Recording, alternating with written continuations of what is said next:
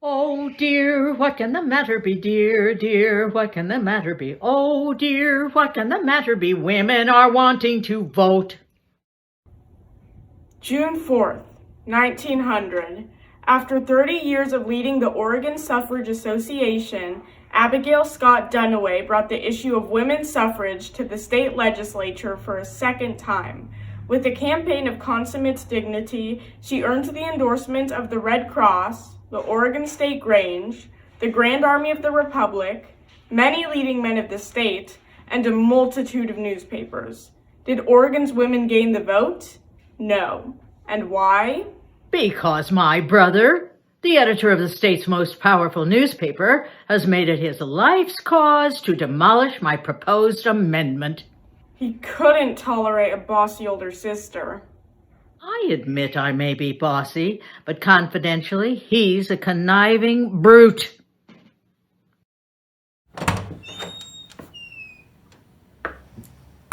Oh, no.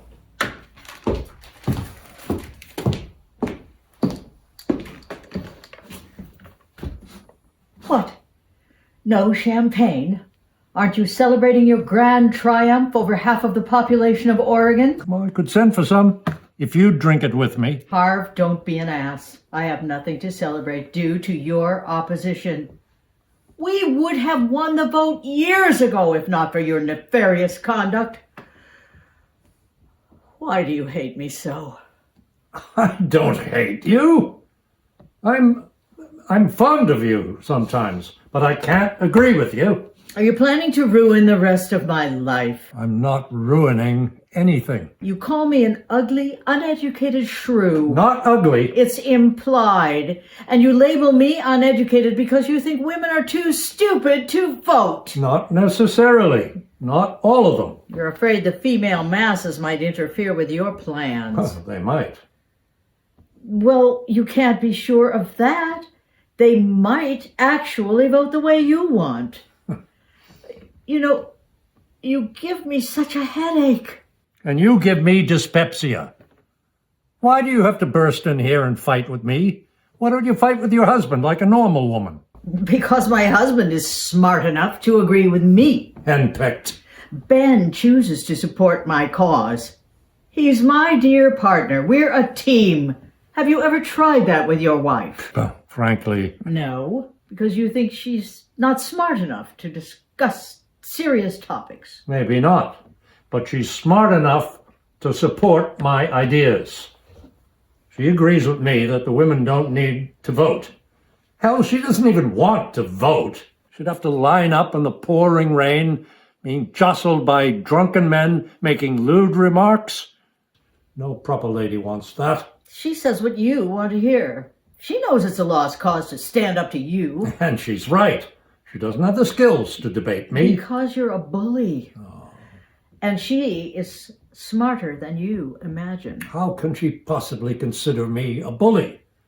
When I buy her rubies and pearls and imported silks for her gowns. Look at you. You've worn that same drab outfit year after year. I'd gladly buy you a new one if you'd let me. No, thank you. Besides, your suit is as old as mine. Yes, because I spend my money giving Maggie what she wants. Oh, you have no idea what a woman wants.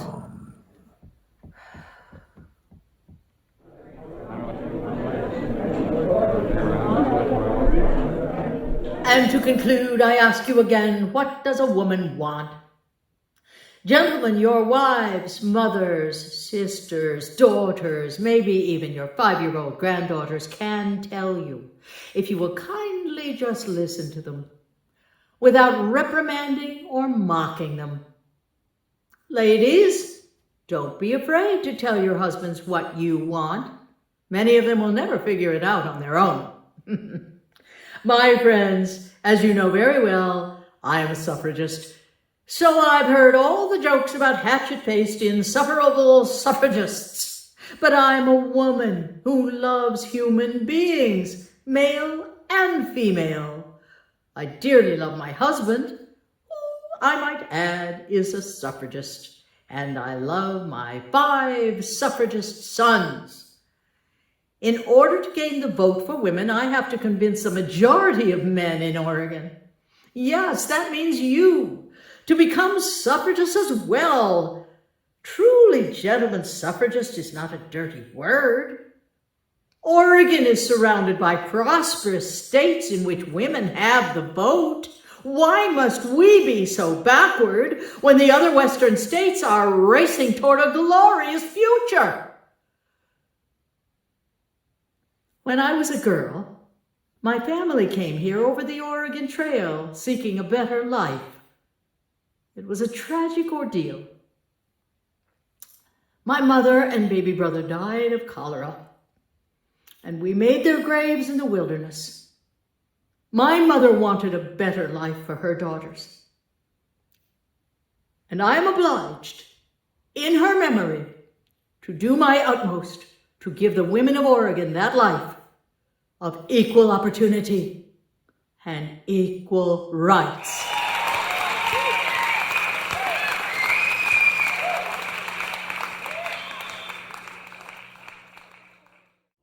(1906).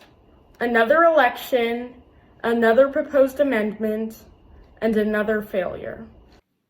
Women have husbands, they are protected. Women have brothers, by whom they're directed. Women have fathers, they're not neglected. Why are they wanting to vote?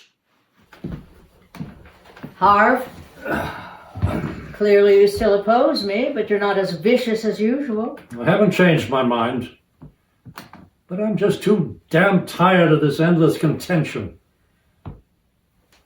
Why don't you retire? Why don't you? You look old. I am old. But if I didn't edit the Oregonian, what would I do with myself? I'm quite content to be a first-class muckraker. And I'm content to be a first-class rabble-rouser. I love having my own little newspaper, even though it's a poor rag compared to yours. I've heard it's not bad for what it is. You get people reading those installments of your lurid sob-sister novels. And they get so sorry for those poor downtrodden wives of drunken husbands. You needn't make fun of me, Harv. I know I'm not a great writer, but I did not invent those stories. They all come from real life. And some of those husbands who shall go unnamed travel in your own circle. Well-known men in the community. I thought I recognized a few. Wait a minute. You bother to read the New Northwest? I have to keep an eye on your shenanigans. Everyone knows you're my sister. I've even attended a few of your lectures. My lectures? I've never seen you. Well, I come after they've started, and I stand at the back, lurking behind the column, and I leave before the questions begin. Like a spy. You're spying on me. It's all part of my job. Well, I hope I've managed to embarrass you. As you can see, I do what I want without your permission. I'm like the old territorial motto, she flies with her own wings. Ah, that you do. Now look, I don't know why, but I'll give you some praise. Praise. Well, don't faint. What I will say is this. You've made your paper a progressive voice for women and the underprivileged people ignored by my paper. And your lectures are quite effective. Thank you for the praise. But you make us lose every time. Just for the fun of it, I suppose. It's really not fun. But it has become a hobby of sorts. A tedious and exhausting hobby. Try fishing. 1908. Yet another loss. Again and again. Harvey's fault. You hate me, don't you? And you hate all men because of me. How ridiculous you are. You're not that important. Listen, I have many male friends. I can share a laugh with nearly every man I meet. I don't hate you, and I don't hate half of the human race. Oh, and I do. Well, it certainly seems that way. When I was a boy and you were taking care of me, I never felt loved. You burned me with your anger. Anger at having to provide for me like a mother. You're constantly complaining about cooking and sewing and washing and cleaning and farm work. Well, yes, I did it all for you and for the family and the farmhands and sometimes boarders. The work never stopped, not for a minute. And you couldn't take 2 seconds to give me a hug? I was worn out and furious. You went to school. I wanted to, but I couldn't be spared. I was like a workhorse pulling a plow. I had no luxury to love anyone. Not until I got married and started earning my own money with my own business. And then you could love again. With all my heart. With all your heart. You might try it. It wouldn't kill you. My sister. She flies with her own wings. 1910. When the election came around, Harvey Scott had been dead for 3 months. He must have cursed my amendment from his grave, and we lost again. I feel sorry that we never reconciled, he and I. I feel it's a failure of charity on my part. Well, his too. After 42 years of struggle, the women of Oregon got the vote. Wyoming, Colorado, Washington, Utah, California, and Idaho all got theirs years before Oregon did, and often with Abigail's help. Finally, she wins in Oregon. And now that I'm an old crone of 78, Governor Oswald West has invited me to cast the first ballot. He's a very good man. I met him first when he was just a young boy. I was giving a fiery speech in Salem at the state fair, and a skinny little fella, barefoot with a Tom Sawyer straw hat, shyly took a seat in the front row. I went over to him and I said, "Young man, don't you consider your mother as good as, if not better than, an ordinary Salem saloon bum?" He could barely look at me, but he softly replied, "Yes, ma'am, I sure do." When she met him as governor, he told her that he was that little boy and that her words about equal rights for women influenced his entire life in politics. What you see in my hand is a ballot.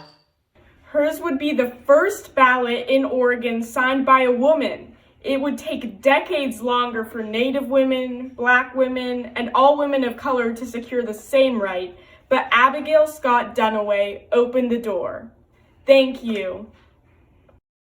Women have reared all the sons of the brave. Women have shared in the burdens they gave. Women have labored your country to save. That's why we're wanting to vote.